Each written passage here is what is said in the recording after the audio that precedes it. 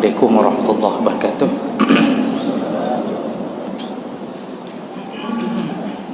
Alhamdulillahirabbil alamin wa bihi nasta'in ala umuri dunya waddin. Asyhadu an la ilaha illallah wahdahu la syarika lah wa asyhadu anna Muhammadan 'abduhu wa rasuluhul karim. Allahumma salli wa sallim ala nabiyyina wa sayyidina al-Mustafa Muhammadin wa ala alihi wa ashabihi ajma'in. Amma ba'd. Rabbi shrah li sadri wa yassir li amri wahlul 'uqdatam min lisani yafqahu qawli. Segala puji bagi Allah, kemudian salawat dan salam kepada Rasulullah, pada keluarga dan seluruh sahabat-sahabatnya yang Allah muliakan insya-Allah. Bapak-bapak dan ibu-ibu, jemaah salat maghrib yang telah berhadir karena Allah, dan mudah-mudahan kehadiran kita menjadi pembela kita di hari kiamat nantinya insya-Allah.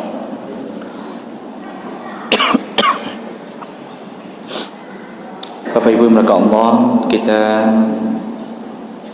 akan sambung pelajaran kita, yaitu tentang seputar adab rumah. Dan di pertemuan kita sebelumnya kita sudah membahas beberapa adab, yaitu hendaknya pemilik rumah tidak memelihara sesuatu yang diharamkan Allah, yang menyebabkan malaikat tidak mau masuk dalam rumah, yaitu malaikat rahmah. Dan yang dimaksud adalah anjing, patung atau lukisan. Kemudian hendaknya tidak terlalu bermewah-mewah dalam membangun rumah sendiri, kecuali dibutuhkan. Kecuali dibutuhkan, dan kebutuhan itu memang berdasarkan niat yang baik karena Allah Subhanahu wa taala. Jadi jangan sampai membangun rumah karena hanya untuk memamerkan prestise kita, artinya memamerkan siapa kita di tengah masyarakat. Jangan itu yang diniatkan. Kemudian termasuk yang sudah kita bahas minggu yang lalu, yaitu tidak berlebihan dalam menghiasi. Tadi tidak berlebihan dalam bermewah-mewah membangun rumah, dan juga hendaknya tidak berlebihan dalam menghiasi di dalam rumah atau interior rumah. Jadi cukuplah yang kira-kira kita sudah aman, bisa hidup nyaman, nikmat di dalam rumah kita sendiri. Jangan menghabiskan harta kepada perhiasan pernak-pernik di dalam rumah yang terlalu berlebihan, hanya untuk indah dipandang mata. Bapak Ibu yang dimuliakan Allah Subhanahu wa taala, karena Rasulullah pernah menegur Aisyah yang sedang memasang karpet atau permadani di dinding rumahnya, lalu ditegur oleh Rasulullah sallallahu alaihi wasallam. Baik, itu seputar adab-adab di dalam rumah. Karena kita memulai membicarakan adab ini, adab mulai masuk ke dalam rumah, sebelum masuk ke dalam rumah, kemudian adab ketika di dalam rumah, dan pada malam ini kita sambung insya-Allah dengan pembahasan adab ketika keluar dari rumah sendiri. Jadi adabul khuruj minal manzil, adab ketika keluar dari rumah kita sendiri. Jemaah melakukan Allah, seorang muslim yang keluar dari rumahnya, tentunya dia berada di bawah bimbingan Allah Subhanahu wa taala. Kalau dalam rumah dia butuh perlindungan, maka di luar rumah dia lebih butuh kepada perlindungan Allah. Maka kita hendaknya melakukan apa yang diamanahkan perlindungan pada diri kita. Nah, apa saja yang Nabi ajarkan ketika keluar dari rumah yang dituliskan oleh para ulama, yaitu taqdimul yumna ala yusra. Hendaknya dia mendahulukan kanannya, artinya keluar dengan kaki kanannya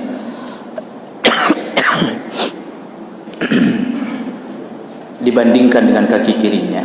Artinya langkahkan dulu yang kanan untuk keluar dari pintu rumah.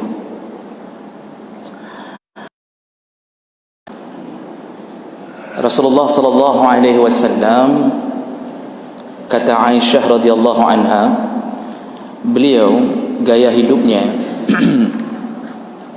kana Nabi sallallahu alaihi wasallam yu'jibuhu at-tayammun fi tana'ulihi wa tarajjulihi wa dhuhurihi wa fi sya'ni kullih. Rasulullah itu kalau melakukan sesuatu maka dia lebih suka, artinya melakukan sesuatu yang dianggap mulia atau memuliakan diri, seperti berhias atau sesuatu di tempat yang mulia, maka beliau lebih suka memilih yang kanan untuk didahulukan. Di sini dicontohkan oleh Aisyah ketika beliau pakai sandal. Pakai sandal Rasulullah kanan duluan yang dimasukkan. Ini kita keluar dari masjid, mungkin perlu berfikir berapa kali sudah kita mengikuti Nabi dengan cara memilih kanan duluan untuk dimasukkan ke dalam sandal.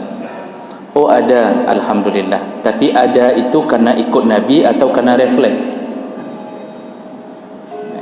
Kalau kita melakukan itu karena memang mengetahui ilmunya, maka dia mendapatkan pahala karena itu. Kebiasaan. Berarti ilmunya kita tidak tahu, itu hanya pekerjaan mubah saja. Jadi makanya dengan menuntut ilmu, kita tahu bahawa ini kita sudah melakukan apa yang diminta Nabi. Dan nanti pekerjaan-pekerjaan sederhana ini akan membuat Nabi mudah-mudahan memilih kita di antara orang-orang yang membuktikan cintanya pada Nabi sallallahu alaihi wasallam. Jadi membuktikan cinta pada Nabi itu salah satu yang paling kuat buktinya adalah ikut dengan apa yang diminta oleh Nabi dalam walaupun hal yang sekecil-kecilnya. Jadi Nabi kata Aisyah kalau pakai sandal yang kanan duluan. Kemudian beliau juga menyisir rambut juga dengan kanan, bahagian yang kanan. Jadi beliau menyisir rambut bahagian yang kanan lebih dahulu. Nah, kemudian bersuci juga beliau memilih urusan yang kanan lebih dahulu. Kullih, dalam semua urusan.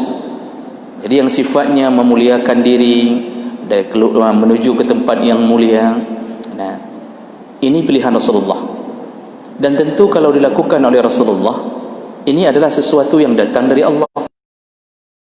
Karena Rasulullah ini di dalam pengawasan, bimbingan Allah.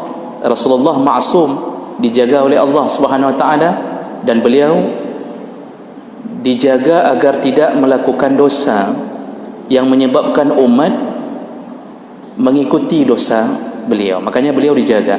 Ada sedikit saja yang kira-kira akan menuju ke proses menuju dosa, itu langsung ditegur oleh Allah Subhanahu wa taala. Makanya turunnya surat Abasa wa Tawalla itu teguran Allah. Rasulullah sallallahu alaihi wasallam sempat memalingkan wajahnya dari seorang sahabatnya yang meminta fatwa, meminta ilmu dari beliau, sedangkan beliau sedang menghadapi pembesar-pembesar Yahudi Quraisy yang bertanya tentang Islam. Jadi ketika sedang dalam keadaan itu, datang sahabat bertanya sesuatu, Rasulullah seperti bermuka masam. Jadi mungkin dalam konteks ini bukan waktu yang tepat untuk melayani sahabat, karena sedang ada pembesar Quraisy yang diharap mereka lebih fokus untuk bisa mendengarkan Islam. Tapi ternyata turun ayat Allah. Allah menegur Rasulullah, belum tentu Islam, tapi sahabatmu yang buta ini, anja'ahul a'ma, itu bisa jadi lebih mulia engkau layani daripada pembesar-pembesar Quraisy. Dan ini ditegur oleh Allah Subhanahu wa taala. Jadi Nabi kalau melakukan sesuatu yang kanan-kanan, itu petunjuk Allah. Nabi kalau bicara, petunjuk Allah. Wa ma yantiqu 'anil hawa in huwa illa wahyu yuha. Nabi kalau bicara itu semuanya wahyu, semuanya berdasarkan wahyu. Maka oleh karena itu jamaah melakukan Allah, masuk rumah itu sesuatu yang mulia. Rumah itu sesuatu yang mulia. Karena Allah Subhanahu wa taala menyebutkan wallahu ja'ala lakum min buyutikum sakana dalam surah An-Nahl. Allah lah yang menjadikan engkau memiliki, mendiami buyutan, rumah-rumah sebagai tempat tinggal. Jadi kita ini punya ide buat rumah. Itu dari Allah Subhanahu wa taala. Kita mampu untuk mendirikan rumah melindungi kita dari cahaya matahari, dari itu juga karena izin Allah Subhanahu wa taala. Maka rumah ini mulia, memuliakan manusia, memuliakan khalifah Allah. Allah Subhanahu wa taala akan memberi petunjuk apapun bagi semua makhluk lain selain anak Adam untuk memuliakan anak Adam. Jadi waktu Allah menyebutkan kepada malaikat yang diciptakan adalah khalifah, wa idz qala rabbuka lil malaikati inni ja'ilun fil ardi khalifah, Allah tidak menyebut insan, padahal yang mau dicipta manusia. Tapi Allah tidak menyebut jenis apa yang mau dicipta. Yang Allah sebut adalah statusnya. Jadi kan kalimatnya kalau kita fikirkan, seharusnya Allah berkata kepada malaikat, aku akan menciptakan di muka bumi insan. Itu seharusnya. Tapi Allah tidak sebut jenisnya. Yang Allah sebut status. Dia khalifah. Khalifahnya yang Allah angkat. Ketika Allah menyebutkan khalifah, maka tertangkaplah maksud semua penduduk bumi yang lain Allah akan tundukkan untuk memuliakan khalifah. Makanya Bapak Ibu maka Allah, sesama kita Bani Adam saja, itu kalau kita punya jabatan lebih tinggi sedikit, itu saya sudah mulai memuliakan. Beda Pak, anggota DPR rumahnya beda dengan yang penjilat DPR. Yang betul-betul anggota DPR nya rumah beda dengan para penjilatnya. Penjilat sudah capek jilat, nggak ada apa-apa.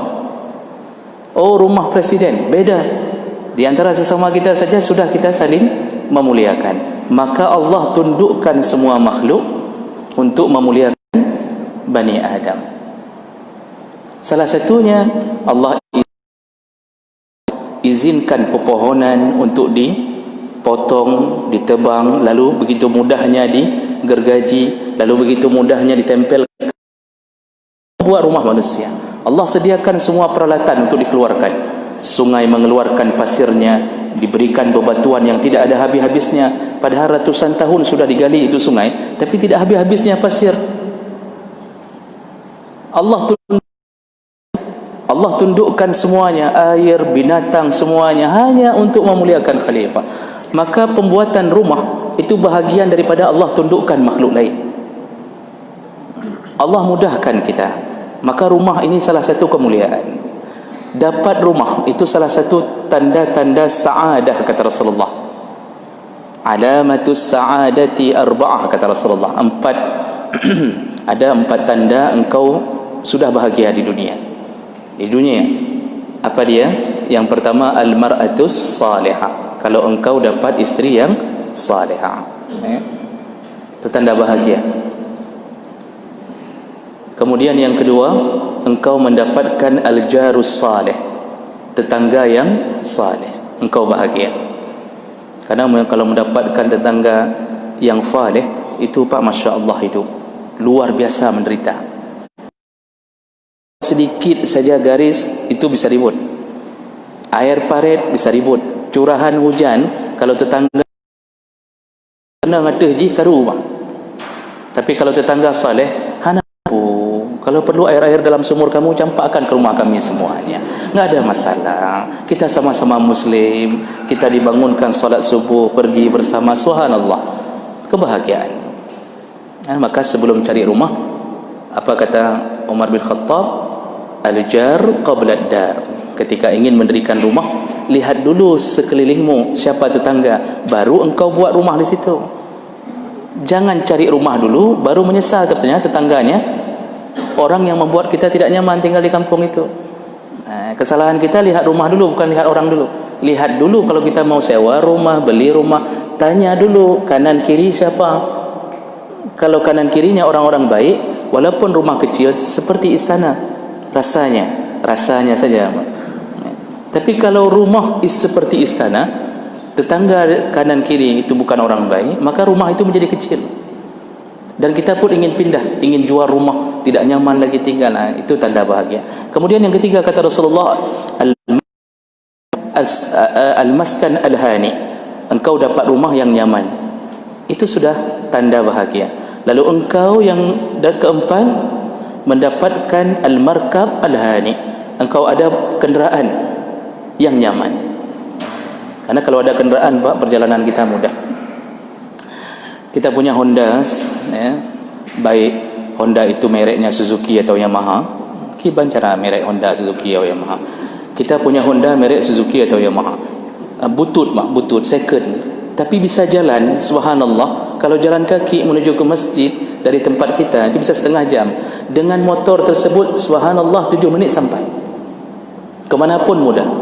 Itu sudah bahagia di dunia, kata Rasulullah. Maka rumah bahagia, rumah mulia.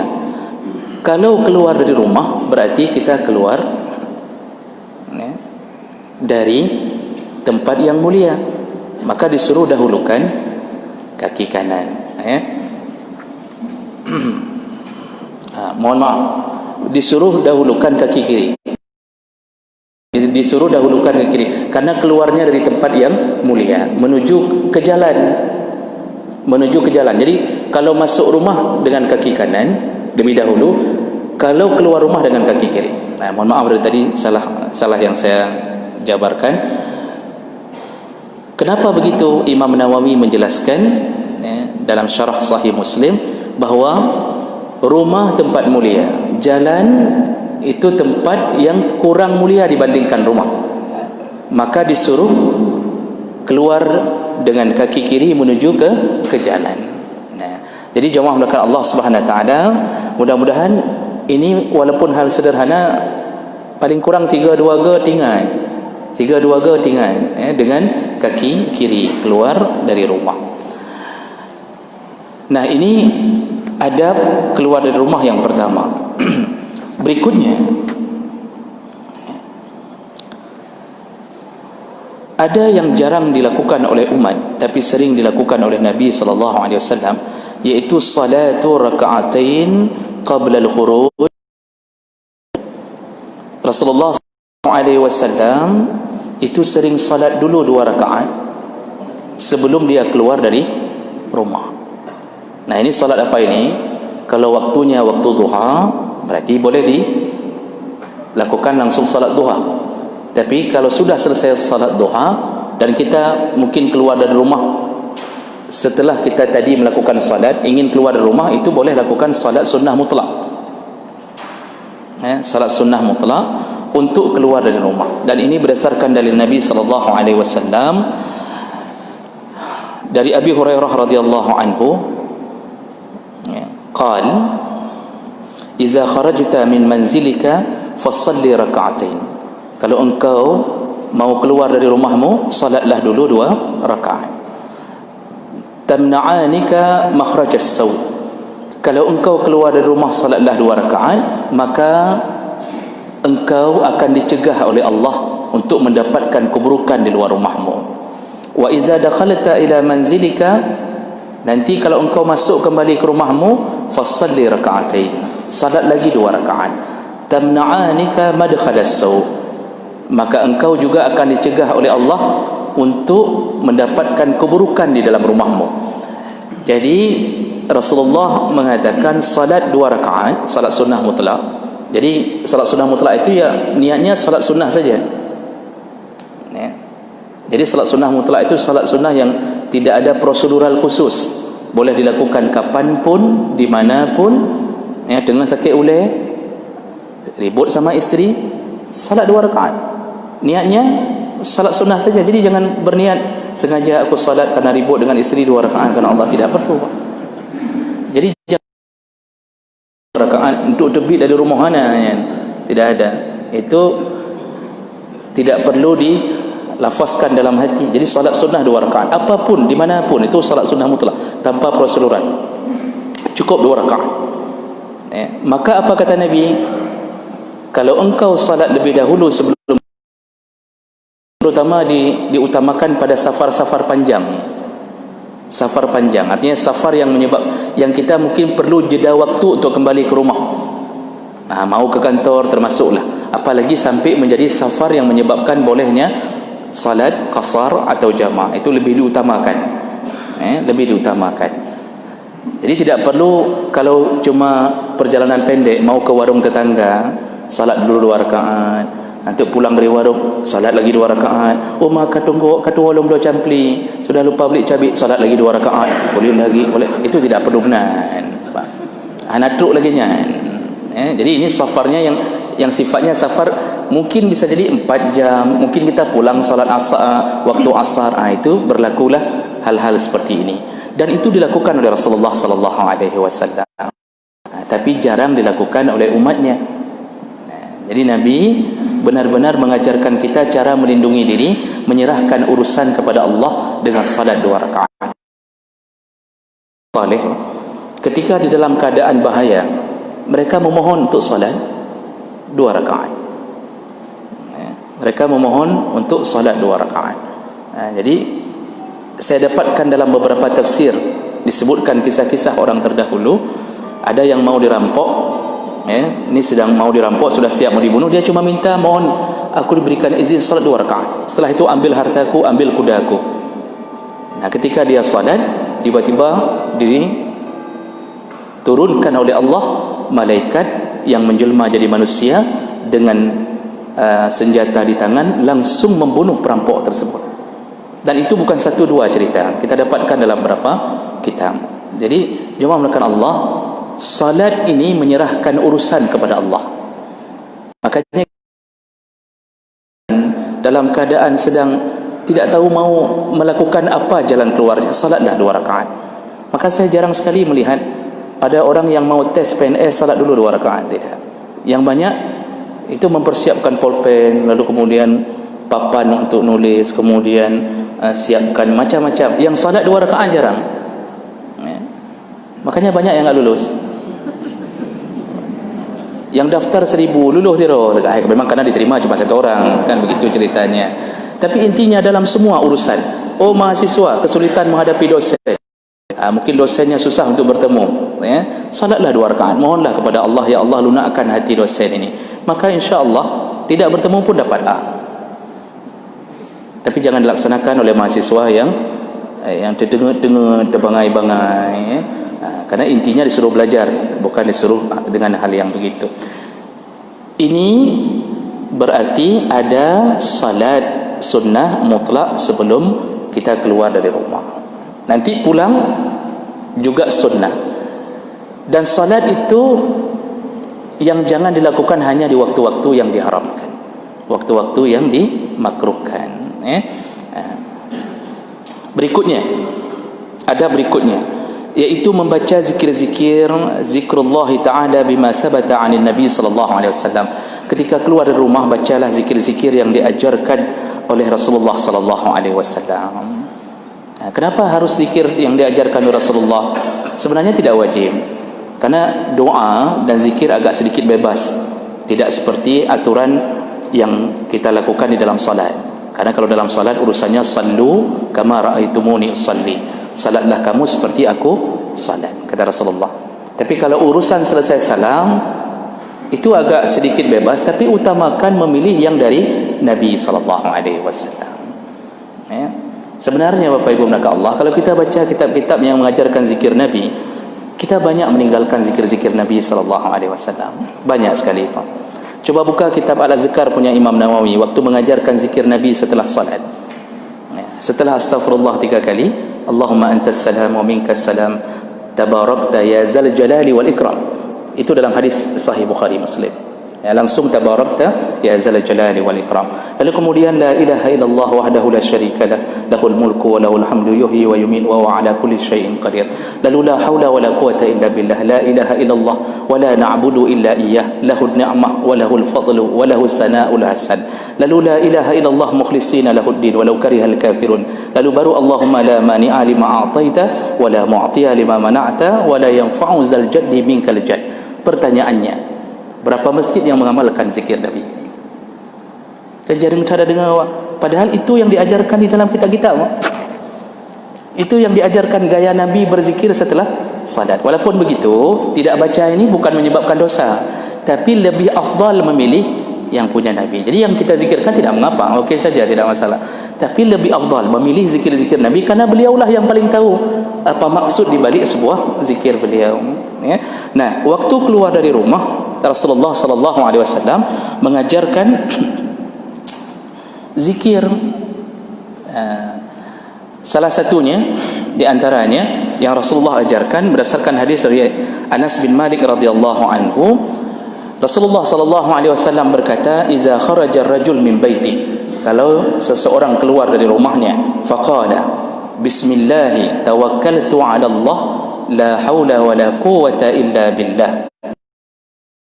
Allah, kalau seseorang keluar dari rumahnya lalu dia berdiri sebentar di pintu rumahnya atau sambil jalan dari pintu rumahnya mengucap Bismillahi tawakkaltu 'ala Allah, la haula wa la quwwata illa billah. Yuqalu hina izin, ketika bibir mengucapkan itu.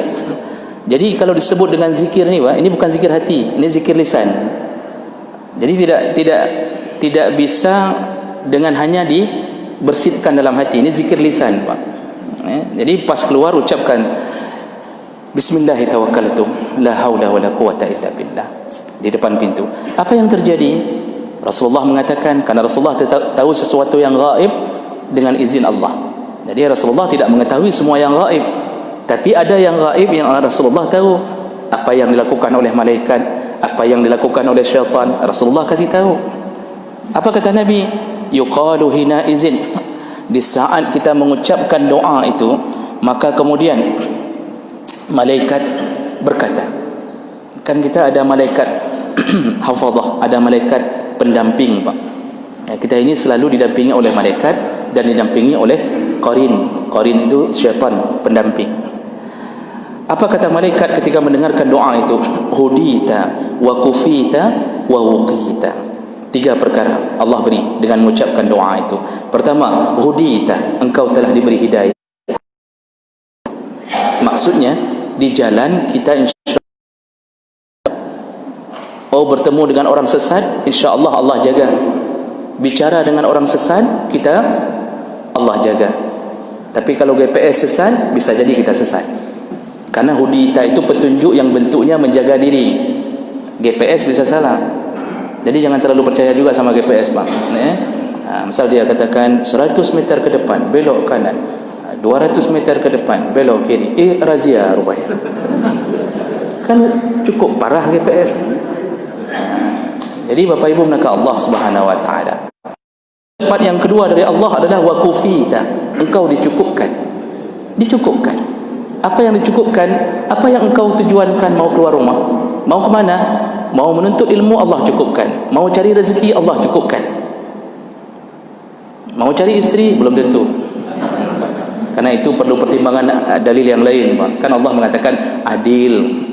Baru, jadi jangan mengira dengan baca doa ini kudemung, aku baca doa ini kudemung, tenang, itu belum tentu. Sesuatu yang buruk Allah tidak lindungi kalau tidak adil, Kemudian yang ketiga, wawuqita, Allah lindungi, Allah jaga engkau. Allah jaga dari apa? Dari perkara yang menyebabkan kita jatuh ke dalam maksiat. Jadi bukan maksudnya Allah jaga itu kita tidak akan kecelakaan. Orang saleh pun kecelakaan, bisa kecelakaan. Jadi jangan berfikir ketika sudah baca doa ini, begitu datang mobil, tiba-tiba mobil orang lain terbanting sendiri ke kanan gara-gara kita baca doa. Tidak. Punya kenang meninggal berjalan, meninggal syekh berjalan. Orang-orang saleh banyak yang meninggal. Dulu waktu saya belajar di Biren, di Dayah Darul Istiqamah, kecil-kecil itu, guru kami Tengku Tenom, kalau mungkin Bapak dari Biren tahu itu. Beliau meninggal masuk jurang di Selawah. Masuk jurang di Selawah. Jadi jangan berfikir orang yang saleh itu tidak dapat meninggal, banyak yang meninggal kecelakaan. Jadi apa yang Allah jaga ini? Allah jaga agar kita dalam perjalanan tidak jatuh ke dalam maksiat. Nah, itu yang Allah jaga. Karena itu lebih penting. Bisa jadi kecelakaan itu menyebabkan kita mudah masuk surga. Tapi kalau terkena maksiat malah menjauhkan kita dari surga. Jadi ada orang mengira begini, mungkin salah faham, mengira kalau mati husnul khatimah itu matinya dalam keadaan tersenyum, kemudian mata memandang ke atas, lalu mungkin dalam keadaan tenang, padahal mati husnul khatimah tidak mesti begitu. Husnul khatimah itu bisa jadi meninggal dalam keadaan di bawah ketentuan Allah untuk mendapatkan pahala syahid. Salah satu kata Rasulullah, di antara 7 golongan yang dapat pahala syahid iaitu ditimpa sesuatu. Jadi jatuh sesuatu kepadanya atau ditimpa. Kecelakaan termasuk bahagian itu. Kecelakaan termasuk bahagian itu. Corona meninggal itu termasuk ta'un yang Rasulullah janjikan dalam hadis. Hari ini orang begitu lihat orang corona, aibnya minta ampun. Padahal orang corona itu sedang dimuliakan Allah. Sedang dimuliakan Allah. Kita sampai menolak jenazahnya seakan-akan menjadi aib. Inilah kebodohan umat hari ini. Jadi jemaah belaka Allah Subhanahu wa taala, 3 perkara dengan membaca bismillah tawakkaltu ala Allah, la haula wala quwata illa billah. Lalu kemudian fatanaha lahu asyayatin. Ketika malaikat sudah mengatakan itu, maka syaitan kemudian berteriak. Apa teriakannya? Fayaqulu lahu syaitanun akhar. Lalu syaitan berkata kepada syaitan yang lain, kaifa laka birajulin qad hudiya wa kufiya wa wuqiya. Bagaimana kita bisa menjatuhkan orang ini sedangkan dia sudah diberi petunjuk, dia sudah dicukupkan dan dia sudah dilindungi oleh Allah. Makanya yang membuat syaitan bingung untuk menjatuhkan orang dalam perjalanan itu ketika orang baca bismillah tawakkaltu 'ala Allah la haula illa billah. Jadi mudah-mudahan bisa dilaksanakan, Pak. Karena sebahagian orang yang ikut mengaji menyoteori subhanallah. Oh, aku depa aku depa. Waktu orang cerita, nak tahu dengar doa. Oh, kami rehat aku depa ya. Nah, aku dengar. Saya ada dengar. Tapi dia enggak pernah laksanakan. Padahal tujuan menuntut ilmu adalah untuk dilaksanakan, bukan hanya sekedar menjadi teori. Nah, kemudian ada satu hadis lain. Ada satu hadis lain yang menunjukkan tentang pentingnya berlindung kepada Allah Subhanahu wa taala. Ini dari Ummu Salamah radhiyallahu anha, dari hadis riwayat Abu Dawud An-Nasa'i dengan derajat yang sahih. Rasulullah, Ummu Salamah berkata, ma kharaja an-nabi sallallahu alaihi wasallam min baiti. Rasulullah itu kalau keluar dari rumahku, maksudnya dari rumah istrinya Ummu Salamah. Kan Ummu Salamah meriwayatkan yang dia lihat. Dia tidak mengatakan kalau Rasulullah keluar dari semua rumah istrinya, karena enggak dia lihat. Maka dia mengatakan dari rumahku illa rafa'a tarfahu ila sama. Pasti dia berdiri dulu di depan pintu, lalu dia memandang ke langit. Faqala, lalu dia berkata, Allahumma inni a'udzubika min an adilla au udalla au azilla au uzalla au adlim au udlam au yajhal au ajhal au yujhal alayya. Nah, kata Rasulullah SAW, ya Allah, aku berlindung kepadamu dari aku tersesat atau menyesatkan.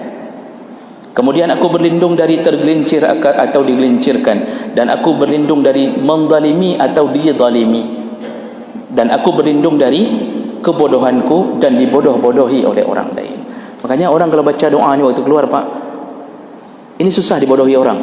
Walaupun dia bodoh tapi susah dibodohi orang. Kenapa? Dijaga oleh Allah. Ini perlu doa ini untuk para pebisnis, baik pengat legok lebih-lebih, atau bagi orang-orang yang memang berharap sesuatu, mungkin rezekinya atau kebaikan untuk keluarganya, maka keluarlah dari rumah, bacalah doa ini. Kalau susah dihafal, Bang, kalau susah dihafal, itu tempelkan di bahagian dalam rumah. Tempelkan di bahagian dinding terakhir samping pintu. Jangan di belakang pintu, karena begitu kita buka pintu, dia langsung ke dalam sana, ke dinding sana. Nampak lagi. Di dinding samping pintu, tempel. Jadi waktu buka pintu, berdoalah lebih dahulu sambil baca. Bagi yang susah untuk menghafal, saya tidak janji, insya-Allah malam ke depan saya bawa printnya. Nanti mungkin diperbanyak oleh panitia. Bapak bawa pulang, tempel di samping pintu. Ini doa ini. Karena doa tadi mudah, bismillahirrahmanirrahim. Doa ini insya-Allah karena sudah saya siapkan. Cuma malam ini saya tidak bawa, mencoba menghitung beberapa jamaah dulu. Kalau sampai 500 saya enggak jadi bawa. Berat daruh. Tapi insya-Allah saya bawa minggu yang akan datang. Tolong diingatkan pada saya, untuk ditempelkan di rumah masing-masing. Dari Rasulullah di saat kita keluar dari rumah. Baik. Saya berhenti dulu Bapak Ibu melangkah Allah, ada waktu sekitar 7 menit. Oh, 4 menit lagi, subhanallah. Mungkin satu pertanyaan saja.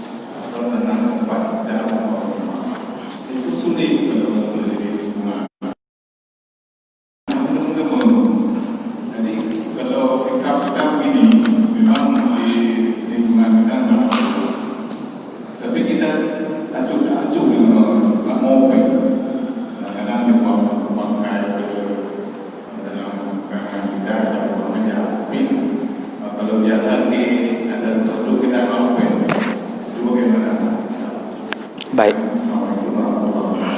Baik. Terima kasih banyak Bapak atas pertanyaannya. Yang pertama, dengan mendahulukan yang kanan, terkesan bahwa yang kanan lebih mulia daripada yang kiri. Pertanyaannya, adakah anggota tubuh kita yang mulia? Tentu jawabannya tidak. Anggota tubuh itu mulia. Sebenarnya yang dibicarakan bukan anggota tubuhnya, tapi tempat dan sesuatu yang kita lakukan. Kalau sifatnya sesuatu yang kita lakukan menghiasi diri, mau ke tempat, itu kenapa mendahulukan yang kanan? Tentunya ini kalau kita kembalikan ta'abudi. Ini istilahnya ta'abudi. Kita mengikuti gaya Nabi. Kalau Nabi sempat melakukannya dengan yang kiri-kiri, otomatis kita ikut yang kiri. Masalah hikmah tentunya tidak menunjukkan bahawa yang kiri itu hina. Malah yang kiri itu paling banyak membantu, Pak. Cebok, menyohana yang kiri itu, bagaimana kita bisa hidup dengan kanan, habis cebok makan dengan ini, tersisa di ujung kuku sedikit. Jadi yang kiri itu tidak hina, cuma pekerjaannya saja yang berbeda. Dia untuk sesuatu cebok, ngupil, cungkir-cungkir hidung, enggak perlayangnya, menyohananya gimana cungkir. Jadi bukan hina, tetapi punya pekerjaan masing-masing. Punya pekerjaan masing-masing. Baik, lalu kenapa yang kanan? Karena Nabi melakukannya yang kanan. Jadi ada proses ta'abudi. Ta'abudi itu kita ikut seperti apa yang dilakukan oleh Nabi. Masalah hikmah bicarakan belakangan. Sami'na wa ata'na. Tapi sesuatu yang Nabi ajarkan biasanya punya hikmahnya. Wallahu a'lam. Bisa jadi hikmahnya supaya enggak bercampur-campur. Kalau enggak diatur oleh Nabi begitu, kita campur-campur. Kadang-kadang sekali makan dengan kanan, sekali-kali dengan kiri, nanti cebok dengan kanan, kemudian dengan kiri. Tidak bercampur kegiatan kita sehari-hari. Baik. Kemudian pertanyaan yang kedua, apa tadi? Oh ya, lokasi rumah. Kadang-kadang tidak sempat kita tanya siapa tetangga apa. Lalu kita bersikap cuek, bersikap acuh tak acuh. Artinya hana tak ada peduli dengan tetangga. Yang penting dia jangan ganggu saya tidak ganggu dia, kan begitu. Nah, Bapak Ibu melangkah Allah Subhanahu Wa Taala, walaupun ini bisa melindungi diri, ada yang model gaya begitu, Pak. Artinya asal jangan ganggu saya tidak ganggu Anda. Yang penting kita hidup masing-masing saja. Itu mungkin salah satu konsep untuk menjaga-jaga diri, kan begitu. Mengamankan diri. Tapi di sisi hukum Islam, hukum syariat, itu kurang baik. Kenapa? Karena tetangga ini adalah orang yang paling pertama yang akan bergerak di saat kita mendapatkan kesulitan. Maka berbaik-baik dengannya sebenarnya sedang menyelamatkan diri. Imam Nawawi menyebutkan dalam kitab Majmu', dalam kitab Syarah Muhazzab, itu ada sunnah ketika kita tinggal pertama sekali di rumah tempat baru, apakah sewa atau beli rumah baru di lingkungan tertentu, ada salah satu yang dianjurkan, disunnahkan membuat wakirah. Dan Imam Syafi'i pun mengeluarkan pendapat ini, disuruh buat wakirah. Kalau walimah itu kenduri untuk acara pernikahan, acara perkahwinan. Sunnah membuat wakirah. Wakirah itu apa? Tasyakuran pertama ketika masuk rumah baru. Tasyakuran bentuknya tentu makanan, karena tasyakuran tanpa makanan bukan tasyakuran nanti, kan? Bentuknya makanan. Lalu disunnahkan mengundang tetangga-tetangga. Itu perlakuan pertama untuk memancing kasih sayang tetangga. Jadi dimanapun kita tinggal, buatlah itu. Artinya undang tetangga. Kalau kita tinggal satu komplek kecil, undang satu komplek. Yang di luar komplek tidak diutamakan dulu, kecuali ustaz. Itu tidak mengapa, ya. Sampai tuan undang dulu. Yang lain hendak pergi nak fikir leh. Jadi itu untuk apa? Begitu pertama sekali kita buat itu, Masya Allah, hari kita buat, langsung kita dikenal orang, langsung kita mengenal orang. Di situ timbullah kasih sayang. Dan kemudian jangan lupa bergaullah di satu komplek dengan menuju ke tempat salat, menuju ke tempat orang mendirikan jamaah salat. InsyaAllah terjaga, Pak. Jadi dalam komplek bernejak bak musalla, langgampung bernejak lam nasa. Itu insyaAllah aman. Dikenal orang, mengenal orang, dan di dalam kebaikan. Tapi kalau di rumah sendiri terus-terusan, tidak pernah keluar, jangankan ke musalla, gotong royong tidak pernah, senyum tidak pernah, semua tidak pernah. Nyan mati itulah rumahnya, sampai beruk hana tonging, Pak. Sudah busuk, basi, hana tonging. Dan orang tidak peduli. Makanya hidup bertetangga itu penting dengan cara memancing kasih sayang tetangga. Awali dulu dengan membuat wakirah. Itu dalam kitab yang saya dapatkan. Baik, kira-kira begitu Bapak Ibu maka Allah Subhanahu wa taala.